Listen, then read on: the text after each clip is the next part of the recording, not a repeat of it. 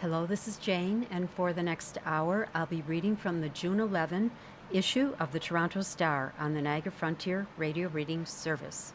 The first article is the big headline on the front page, which reads, Closing Arguments. Downtown Park will remain open at night after emotional debate at council. And there is a picture of Carl Loans, who lives next door to the Barbara Hall Park and wants it to be fenced off at night in an effort to curb crime and violence. And this article is by Ben Cohen. A controversial request to consider fencing off Barbara Hall Park in the Church Wellesley Village at night as a solution to increasing violence and vandalism within is off the table. Local councillor Chris Moyes had proposed asking staff to consult the public and report back on the feasibility of closing the park overnight after years of lobbying from people living nearby, some of whom told the Star crime and drug use there have escalated since the pandemic. But after listening to emotional pleas to avoid blocking off the AIDS and trans memorials in the park Tuesday, members of a city committee voted against ordering the study and instead delegated any safety and redesign changes to senior staff with no timeline for a future update. City staff told the Economic and Community Development Committee they are not currently considering fencing off Barbara Hall Park overnight. A plan to renovate the park has been in the works for 3 years and is still in the consultation phase. Construction would start in 2029, though some improvements could start next year. Staff said they want to design the park for safety to the greatest extent possible. This means adding things like lighting, adequate sightlines, and various other design principles. The debate over the future of the park, located next to the 519 Community Center, has divided the local community. Dr. Vera Tarman, a food addiction specialist working adjacent to the park, said she supports fencing it off because her clients get accosted by drug dealers when they come to her home office. This would stop people from living in the park and drawing drug dealers because they're vulnerable and dealers come after them, she said. If they're not there, the dealers aren't there. But others said preserving access to the AIDS and trans memorials must be paramount, and that the park redesign should include features outlined in a plan called the Echoes Project. When you're trying to police a population of people who use drugs, you forget that hundreds of people on those pillars contracted HIV from using intravenous drugs, said Adrian Betts, the executive director of the AIDS Committee of Durham region. They were the early champions in our movement.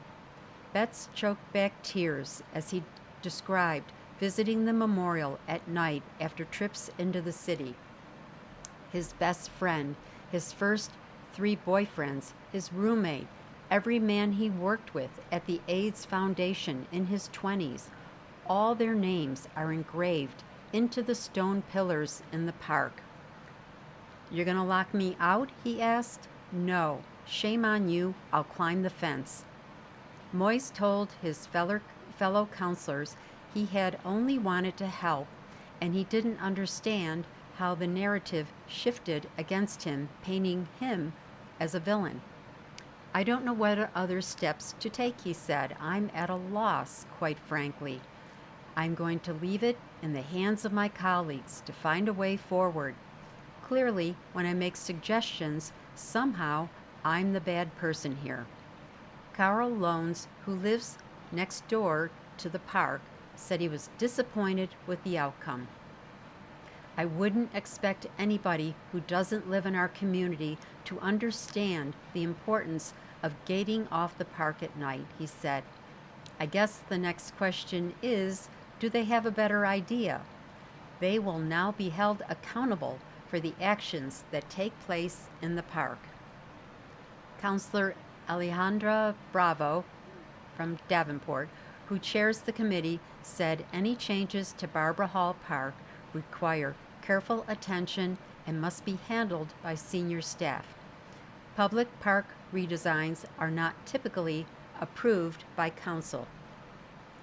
What's being experienced here is beyond the work of a single councilor or single division, said Bravo. It's a citywide challenge and a citywide problem. In a statement to the Star Wednesday, city spokesperson Maureen Dasu said staff will continue gathering community feedback. She did not say whether any short-term measures, such as closing the park, would still be considered. The next article is also from the front page, and it's under the byline, Parliament Hill. Liberals table ban on social media for youth. Bill forces firms to enact safeguards or restrict accounts to those 16 and older. And this is by Raisa Patel. Ottawa. The Carney Liberals have introduced a revamped online harms bill that aims to restrict access to social media for those under 16, but leaves many questions unanswered about when and how such a ban would be rolled out. The Safe Social Media Act, tabled Wednesday, would compel social media companies to bar users under the age of 16 from possessing accounts on their platforms, but would allow companies to exempt themselves from those restrictions as long as they can demonstrate that sufficient safeguards are in place to protect children. The bill does not lay out what those safeguards must be, but suggests that some of the criteria platforms must meet could include special accounts designed for children, parental controls, and other unspecified design features. Briefing documents provided to media also referenced measures to reduce the addictive nature of social media and deploy safe search settings. It is not yet known how quickly a ban would be put in place following the passage of the legislation, which is likely to happen later this year, given the Liberals' majority status in Parliament. Platforms captured by the restrictions include traditional social media networks like Facebook and X, sites that offer live-streamed content, and adult services that host pornographic content. The exemption to bypass age restriction rules will not apply to platforms offering adult content. We've seen the tragic consequences of online harm both around the world and here in Canada, Culture Minister Mark Miller said Wednesday. This is unacceptable. We're failing our children. Enough is enough. Our parents cannot face these challenges alone, and the safety of children can't be an afterthought. The legislation also proposes to make AI chatbots safer, but will not ban youth from accessing the technology.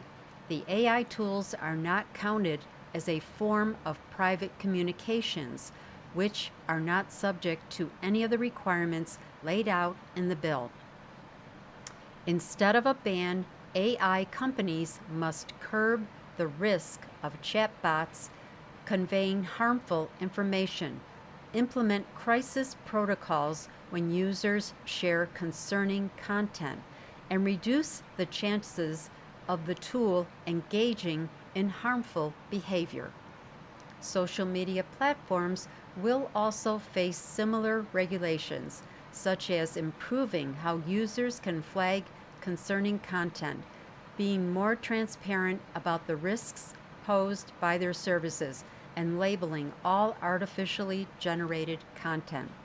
The bill will also launch a digital safety commission that would develop standards for AI and social media services, oversee compliance with the Act, levy financial penalties, and manage complaints that online platforms fail to adequately address on their own.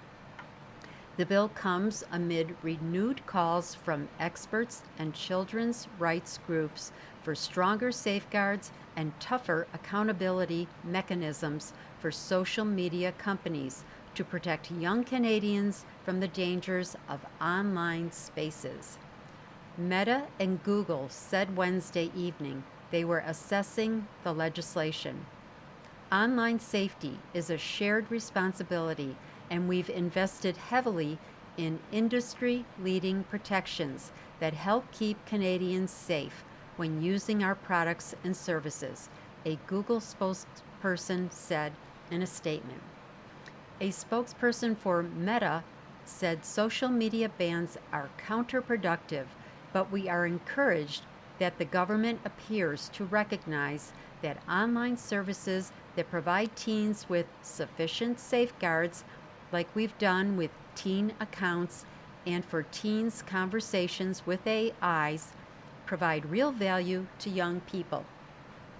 The legislation replaces a controversial Trudeau-era effort that never became law, but now reflects a digital landscape that has rapidly changed since Prime Minister Mark Carney's predecessor was in power.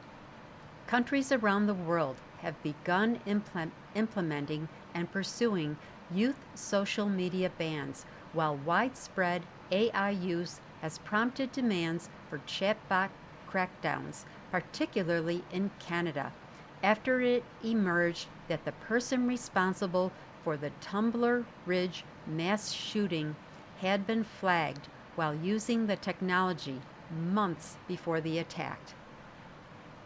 While Miller referred to the tragedy on Wednesday, the bill only gives the digital regulator the power to issue guidelines about when companies ought to alert the RCMP about content that might cause death or bodily harm to others.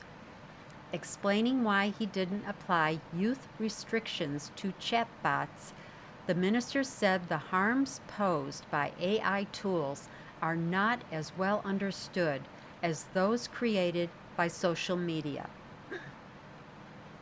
They don't have the same social role as social media platforms, so we know very well that these chatbots themselves can be safe by design. They can be subject to requirements that protect children, Miller said. The previous government bill looked at a handful of harms, targeting both adults and children online. Wednesday's legislation tackles a number of those categories, including content that induces a child to harm themselves, content used to bully a child, content that foments hatred and incites violence, and extremist content. While the federal Liberals hope the bill will be robustly debated in Parliament, a number of questions remain about how the legislation will actually be implemented. The government is aiming to have the entire regime up and running 18 months from now, but government officials left open on Wednesday the possibility of a youth social media ban being put in place after the bill's passage, but before the digital regulator, which would oversee enforcement of the ban, was fully established. It was left unclear how a ban would work without a regulator. Miller's office later clarified that the hope is to initiate the ban once the law officially comes into force and the regulator's office is operational. Platforms will also face penalties for violations, with the maximum amount set at $10 million or 3% of gross global revenue, whichever is greater, and even steeper fines if platforms commit more serious offenses. Canada's social media restrictions follow a similar policy in Australia, which puts the burden on social media platforms to deactivate youth profiles and prevent those under 16 from making accounts. Platforms introduced age verification protocols to approve new accounts, but early evidence on the ban's effectiveness suggests mixed results, with youth being able to circumvent restrictions. Critics of an outright ban have argued that the measure does little to force tech companies to improve their safety protocols and to be more transparent about their internal processes. This next article, before I read that, I would like to just quickly remind you, you're listening to a reading of articles and features from the Toronto Star on the Niagara Frontier Radio Reading Service. So the next article is also from the front page, and it's under the byline of Trade War. Trump casts doubt on CUSMA renewal. With talks ongoing, U.S. President ruffles feathers as July 1 deadline looms. And this is by Tonda McCharles. Ottawa. What does a collective cross-border shrug look like? Like this. Prime Minister Mark Carney publicly said little, but privately projected calm after U.S. President Donald Trump declared he is not looking to renew the Canada-U.S.-Mexico agreement on free trade as the July 1 deadline looms for the three nations to recommit to the deal. Nice to see you, Carney said to reporters clamoring for a response. In a virtual meeting with premiers on the heels of Trump's remarks Wednesday, Carney assured provincial and territorial leaders that CUSMA talks were proceeding in a constructive fashion despite the president's comments. Carney told premiers they're going to continue negotiating. They're going to negotiate in good faith. And I think we are going to get through this. The question is, when are we going to get through it? Premier Doug Ford said. Asked if Carney expressed concern to them, Ford said, not necessarily. We've heard, these comments from President Trump in the past. We need to stay focused. In Mexico, Secretary of the Economy Marcelo Ebrard told a news conference that the country's negotiators will continue a second round of formal talks in Washington next week, and said July 1 does not mean the end of the process. July 1 is established as a relevant date to formally begin the review. That is its purpose. Carney's office offered a brief readout of the first minister's meeting. It didn't reference Trump.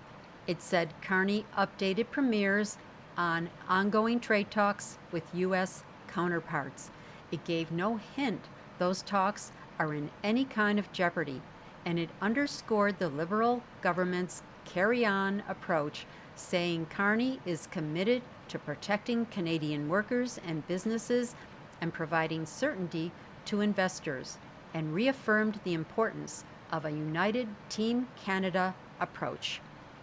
Neither the Prime Minister nor his top trade minister went before cameras later. Behind closed doors, the political mood was sanguine, according to one source. The message was, keep calm, because he said this all along, said a senior official privy to the 1 p.m. teleconference of first ministers.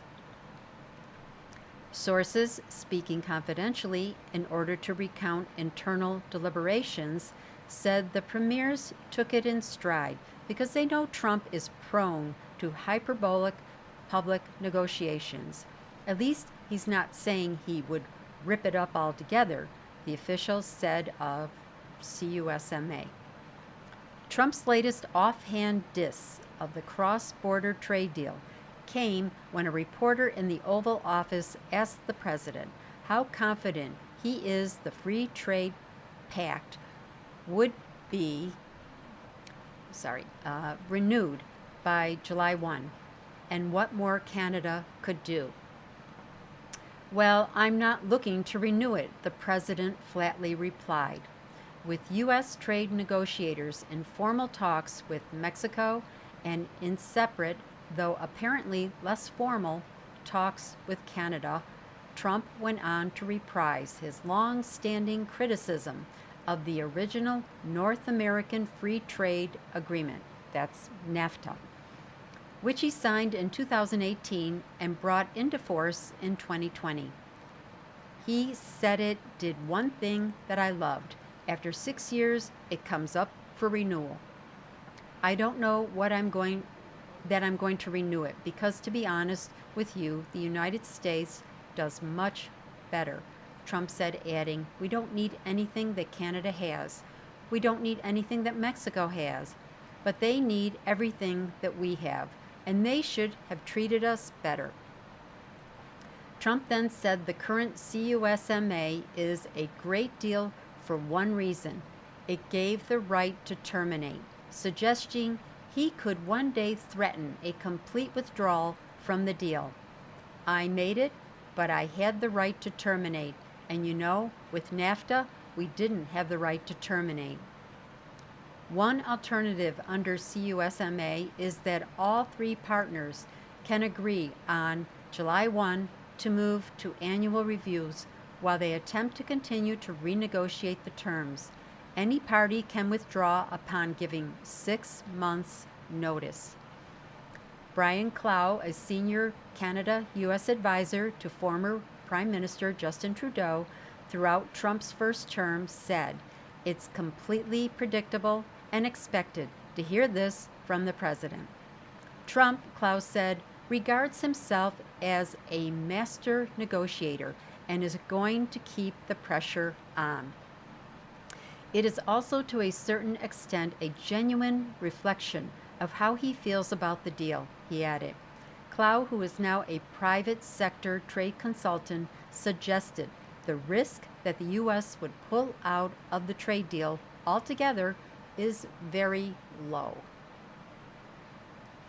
He said Canadians should stay calm, just keep their head down, just keep talking. Flavio Volpe, head of the Automotive Parts Manufacturers Association, said, we have to listen to what Trump says, but also remember that he is a tough public negotiator. My immediate reaction is that we did not anticipate a smooth path through the review process and expect more bumps ahead, said Catherine Cobden, head of the Canadian Steel Producers Association. Canada and Mexico formally gave notice last week that they want to renew the agreement, and Canada has clearly stated its priority is to lift U.S. tariffs on Canadian steel, auto, and aluminum, even though various officials have acknowledged that the Trump administration seems unwilling to budge on some level of tariff application. Those sectoral tariffs, up to 50% on Canadian metal and automobile shipments into the U.S., apply globally as Trump attempts to force producers to relocate manufacturing to the U.S.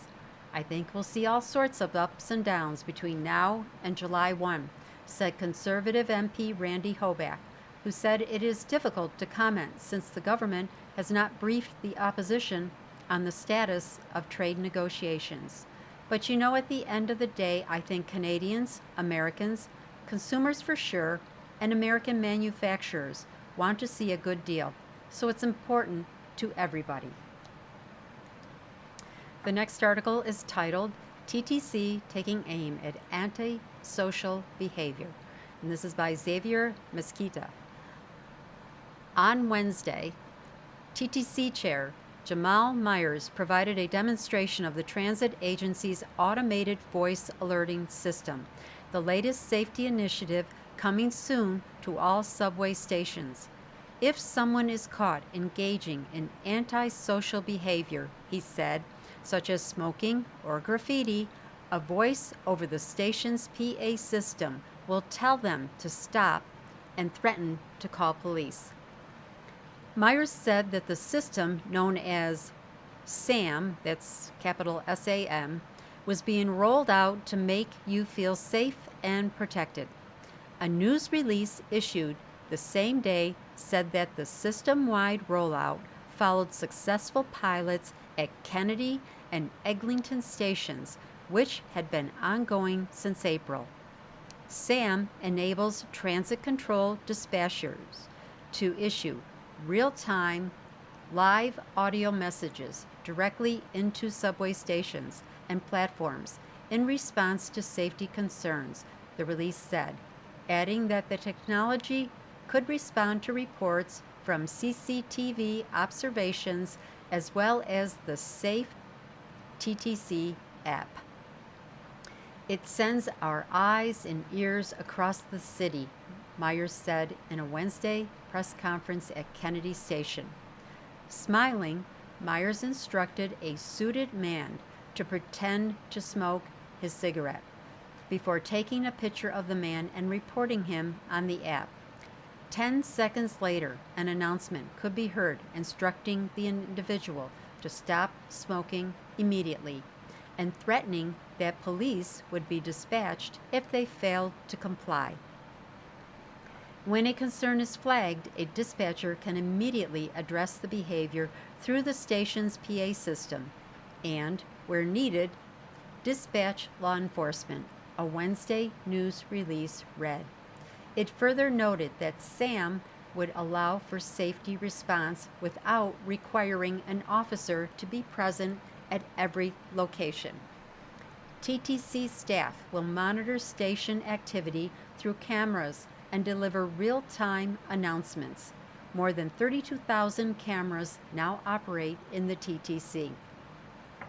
In addition to the new announcement system, the release said that the TTC has added 10 new outreach workers to its network and expanded the Toronto Community Crisis Service into subway stations in order to support vulnerable riders. Furthermore, drones are set to be deployed across the network to improve the TTC's ability to respond to incidents quickly and provide situational awareness to the service. The next article is titled, Four-Legged Weed Eaters Return to Don Valley. This is by Gabrielle Hilty. The herd is back. A specialized group of goats is returning to the Don Valley for a third year to help fight invasive plant species with an intensive grazing session. Following a successful pilot in 2024 and renewal the year after, the city's, quote, echo herd, unquote, of goats will graze on Wednesday in the Don Valley Brickworks Park after starting their munching on woody vegetation and non-native species on Tuesday. The public can view the goats at work from 10 a.m. to 6 p.m., with city staff holding 3 educational talks on the project during the day, depending on the weather, according to a news release. In Toronto, certain areas of natural parkland, like in the Don Valley Brickworks Park, are maintained as meadow habitats to increase habitat diversity, according to the city.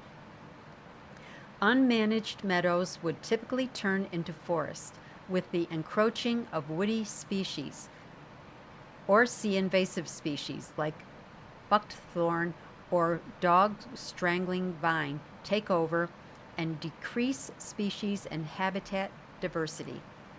The prescribed grazing with goats is something the city hopes will do a better job at maintaining the meadow than mechanical equipment, and also comes with unique benefits like lower carbon emissions and noise pollution and reduced impact to ground nesting animals. The goats grazing in the Don Valley come from Goats in the City, a company launched recently by former mortgage broker Ian Matthews, who found himself with a herd of goats while taking care of his father, who had a farm near Orangeville. The City of Toronto was his first customer in 2024. And I must pause once more to remind you that you are listening to a reading of articles and features from the Toronto Star on the Niagara Frontier Radio Reading Service. Okay, the next article is under the byline of World Cup 2026. Former No Man's Land in the spotlight. FIFA Fan Festival takes over the Bentway, transforming space under the Gardner. This is by Francine Copan. A space that used to be a Toronto no man's land is about to become a World Cup star. The Bentway, an area under the Gardner Expressway between Strachan Avenue and Fort York Boulevard, will help host the FIFA Fan Festival, along with Fort York welcoming 20,000 people a day, beginning today until July 19. It's a coup for the Bentway Conservancy charity, which burst onto the scene in 2018 when it opened a figure eight skating trail that loops around the massive bents that hold up the elevated highway that slices through the city, transforming dead space into a popular, even beloved destination. We see this as a catalytic moment, said Ilana Altman, the Bentway CEO. It's an opportunity to introduce the Bentway to new audiences from across Toronto and around the world. In the 8 years since the skating rink launched, the Bentway has used whimsical and imaginative art installations and recreational opportunities to capture the kind of local and international attention that other public sites like Sankofa Square, formerly Dundas Square, have been struggling to achieve for decades. I think the people who conceived Dundas Square originally were thinking of Times Square, said urban designer Ken Greenberg, principal of Greenberg Consultants. It's just ended up being a white elephant. I think it has to be rethought. The Bentway skating trail was a bold move and proved what nothing before it had convincingly proven, that it is possible to animate the dark, dingy trench that divided downtown Toronto from the lake when the Gardner was built in the 1950s and 1960s. Events and programming have been original and thought-provoking, while offering residents an opportunity to engage in outdoor recreation. In 2019, the Bentway suspended a giant illuminated replica of the moon beneath the Gardner as part of a week-long arts and astronomy festival. In 2024, 8,000 human-sized dominoes made of aerated concrete were woven through downtown Toronto and toppled across 2.5 kilometers of the city. The Bentway also hosted concerts, mass yoga sessions, and free public art installations.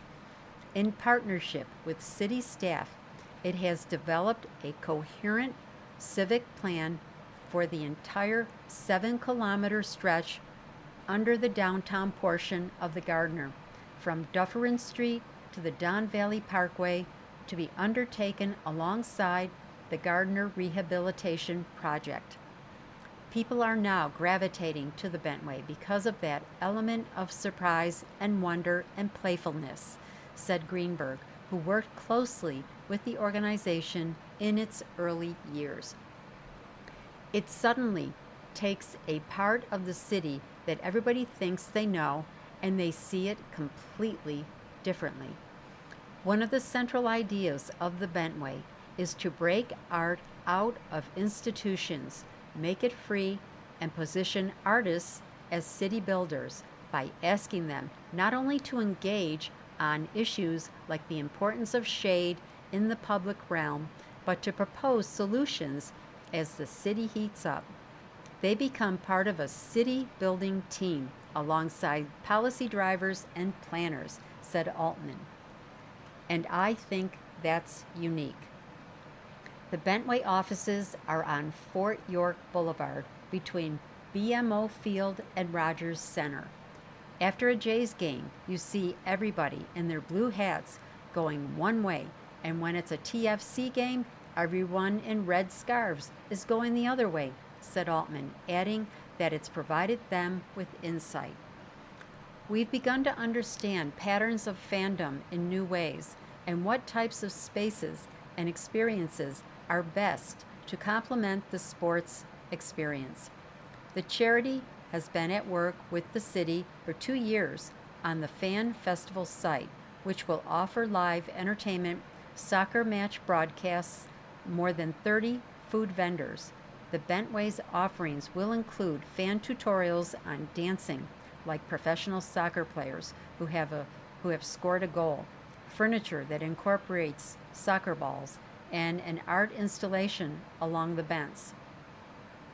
The city says the Bentway was chosen not because of its location. We knew they would be a great partner to showcase Toronto as an artistic and cultural destination to the world, said Sharon Bolenbach, Executive Director of the FIFA World Cup 2026 Toronto Secretariat. Observers say it's notable that an event like the World Cup, often described in terms of the economic benefit it can bring to the city, may end up having a big impact on a charity.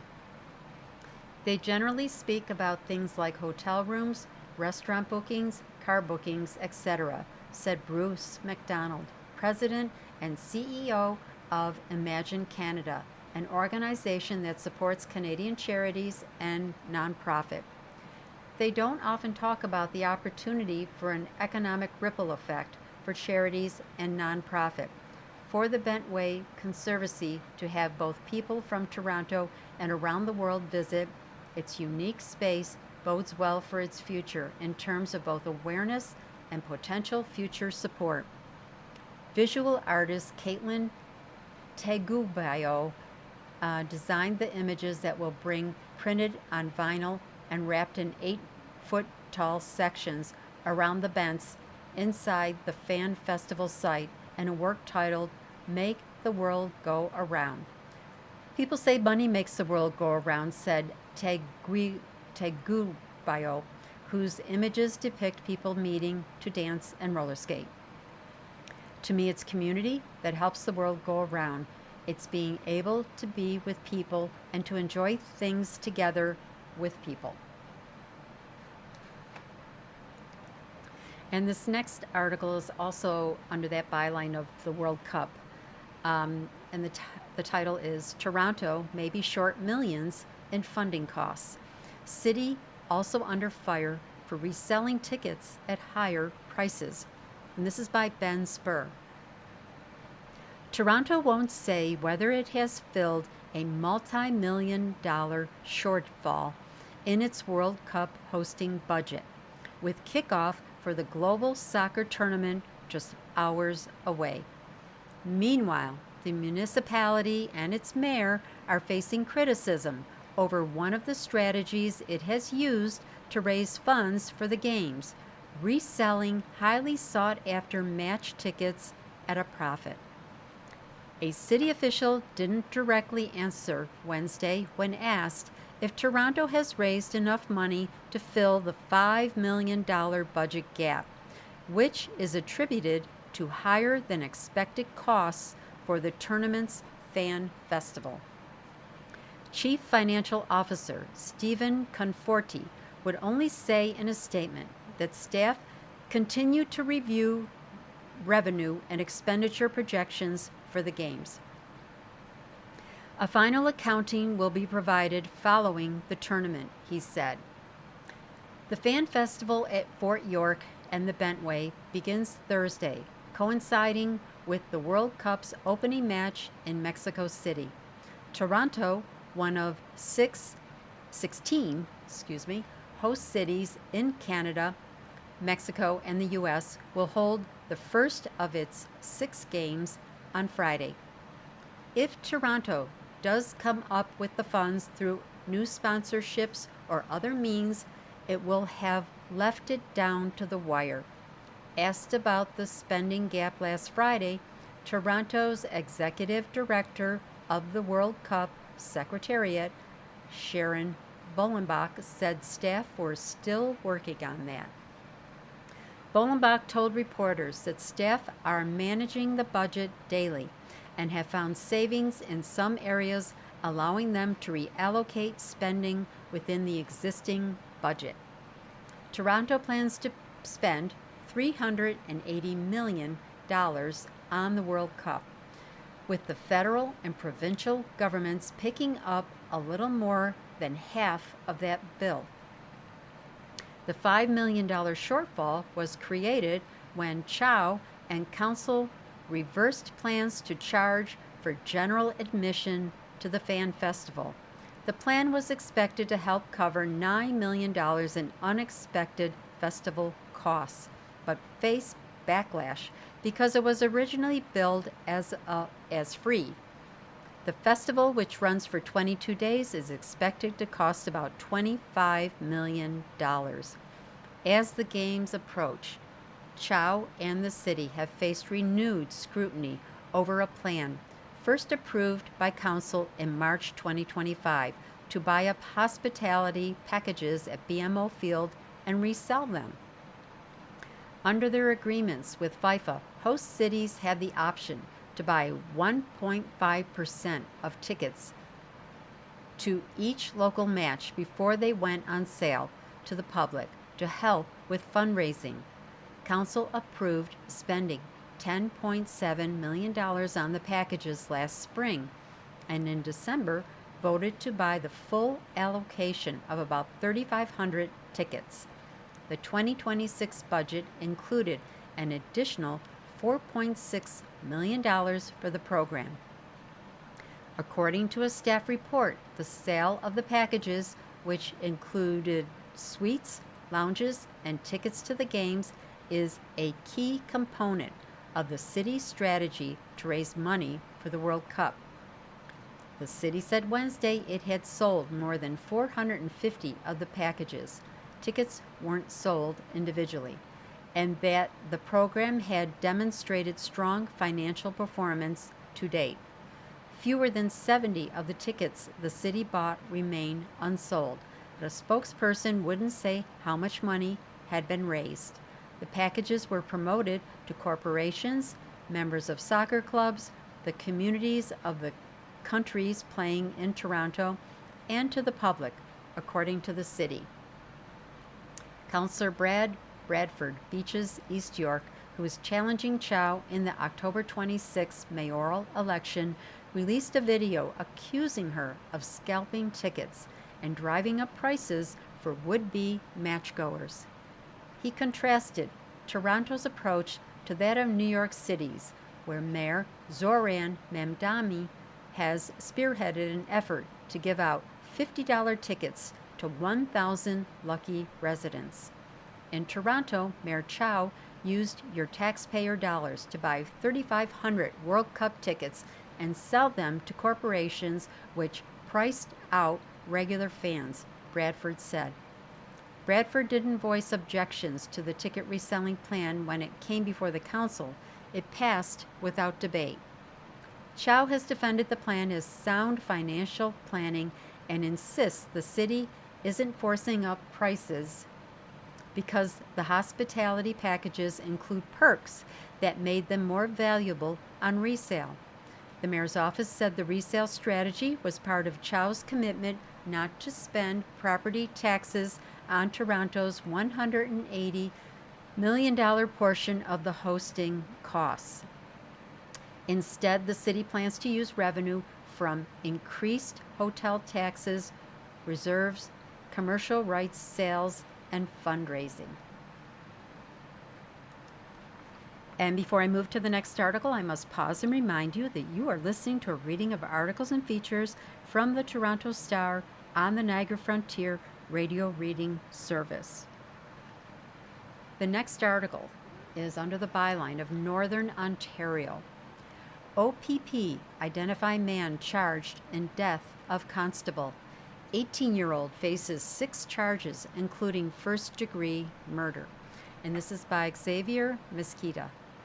An 18-year-old man from Hearst, Ontario, is facing multiple charges connected with the death of an on-duty Ontario Provincial Police constable on Tuesday.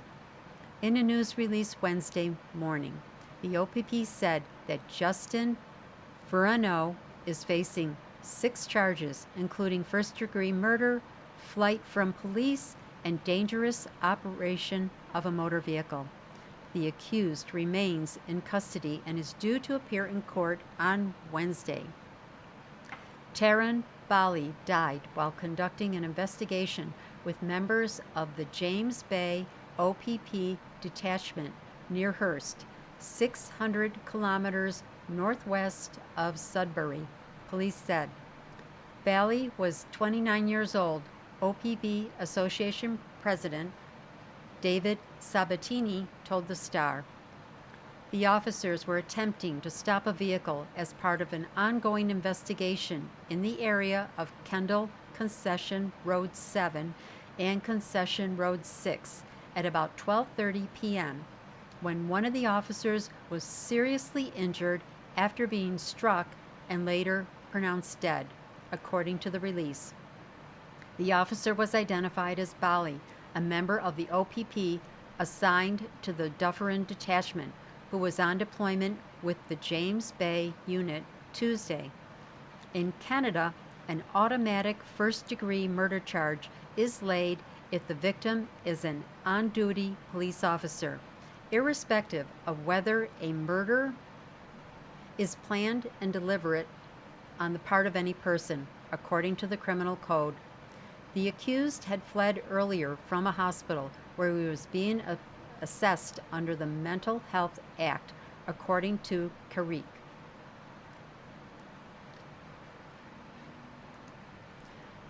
While officers were trying to apprehend the man, our officer was struck by a motor vehicle and killed, Carrick said. No other details about the incident were immediately provided. The force's criminal investigation branch is leading the investigation into the circumstances of Bali's death, in conjunction with the Chief Coroner's Office and the Ontario Forensic Pathology Service. Bali had served with the OPP for 2.5 years, according to the release. Carrick said officers risk their lives every day, and it's tough on members when they lose one of their own. Our officers right across this province are heroes by putting their lives on the line to keep the rest of us safe.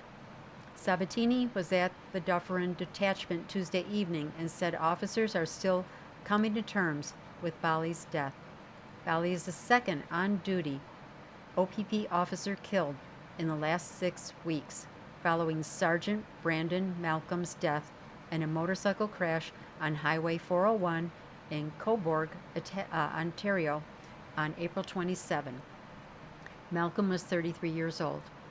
Ontario's Solicitor General, Michael Kersner, also posted on X Tuesday, offering condolences to Bali's family. As we grieve this tragedy, we remember the extraordinary courage and sense of duty required of those who put on the uniform and serve our province each day, he wrote.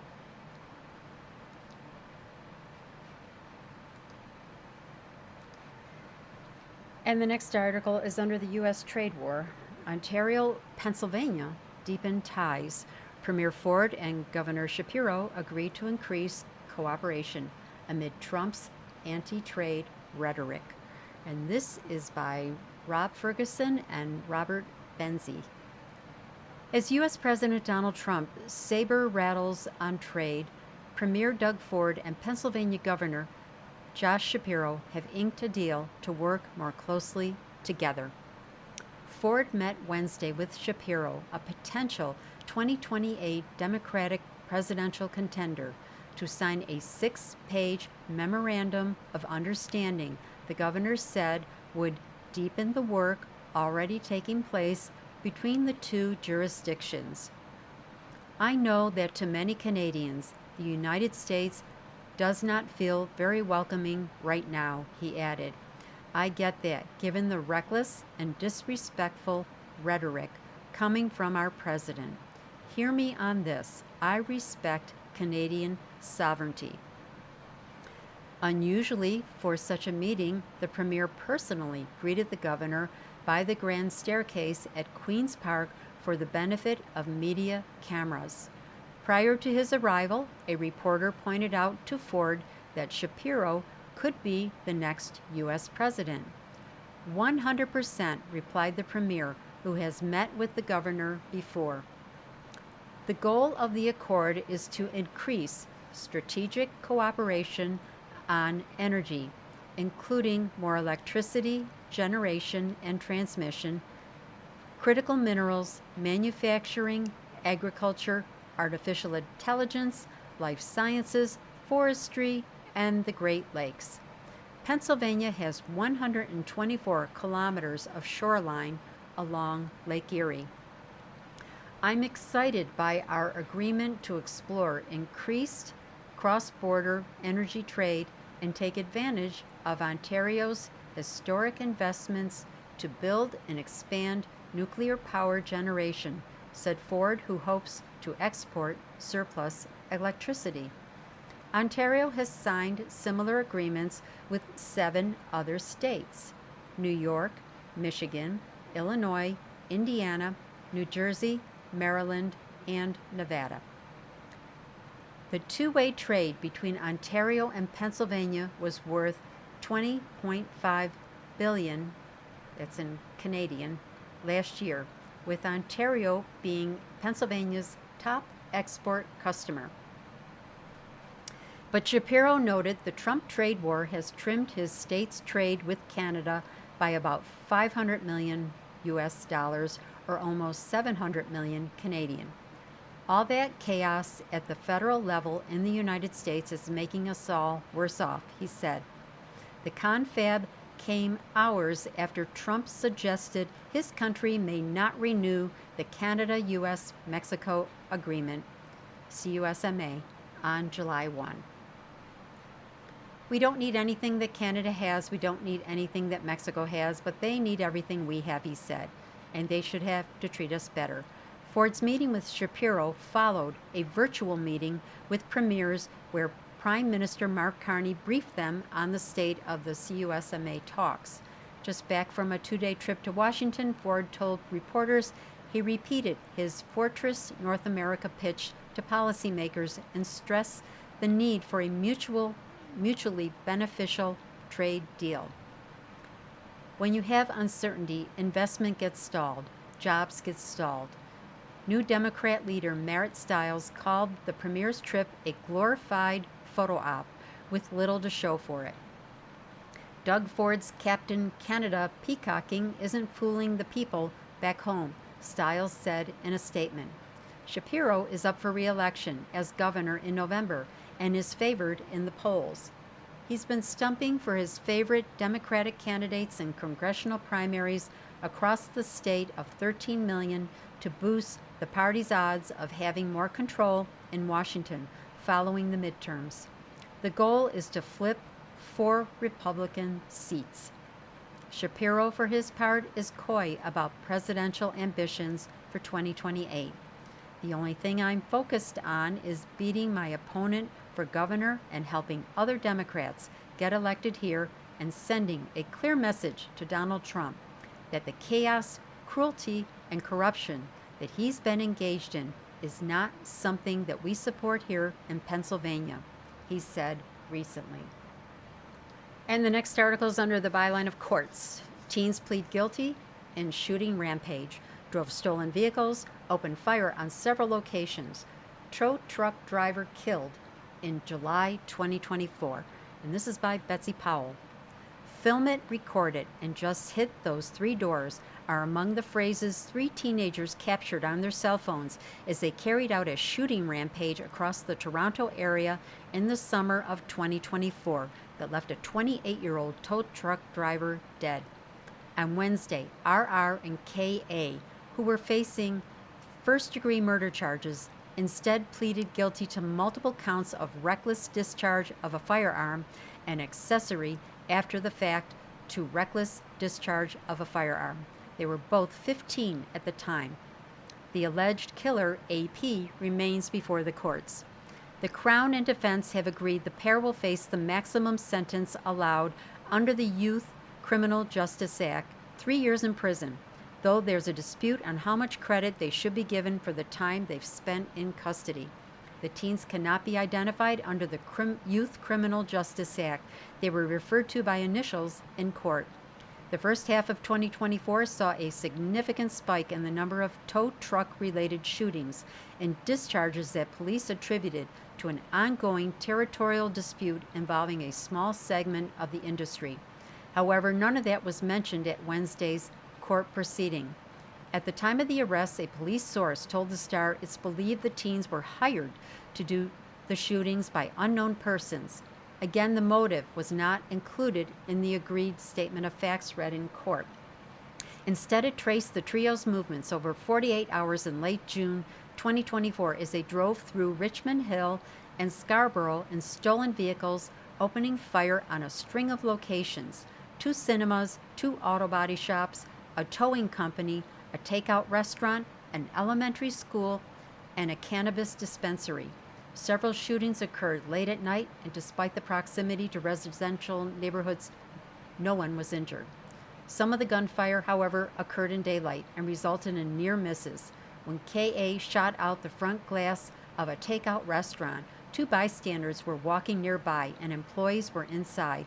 Minutes later, the trio drove to a Scarborough theater where, at RR's urging to film it, KA recorded AP firing multiple rounds toward the cinema doors within meters of an individual seen retreating through one of the doors. Crown Attorney Sharna Reed said, reading from the agreed facts. The boys then continued to a towing company where KA again recorded AP firing multiple shots at 2 tow trucks parked in the yard before KA opened fire at a cannabis dispensary. Then on July 25, 2024, around 9 p.m., the 3 boys were driving in a stolen black Acura in Scarborough near Kennedy Commons Plaza at Kennedy Road and Highway 401. AP received a phone call during which he discussed plans to shoot someone. The next day, AP was behind the wheel of a white Civic and KA was his passenger as they drove around the Kennedy Commons area all afternoon. RR was driving in tandem in a black Acura. At 10:16 p.m., the pair were parked at a Shell gas station on Warden Avenue near Ellesmere Road when a white Mercedes SUV driven by Sulak Shen Selvasingham pulled up beside them. Within seconds, without provocation, he was shot repeatedly by AP. Reed told Superior Court Justice Maureen Forstall. KA did not shoot the victim who drove tow trucks, but he did help AP escape. They traveled to Uxbridge, where they met RR, and together they discarded the Honda's license plates in a nearby sewer drain and set the car ablaze. Sentencing is later this month. And I will end with, you've been listening to a reading of articles and features from the June 11 issue of the Toronto Star. Your reader has been Jane. Thank you for listening.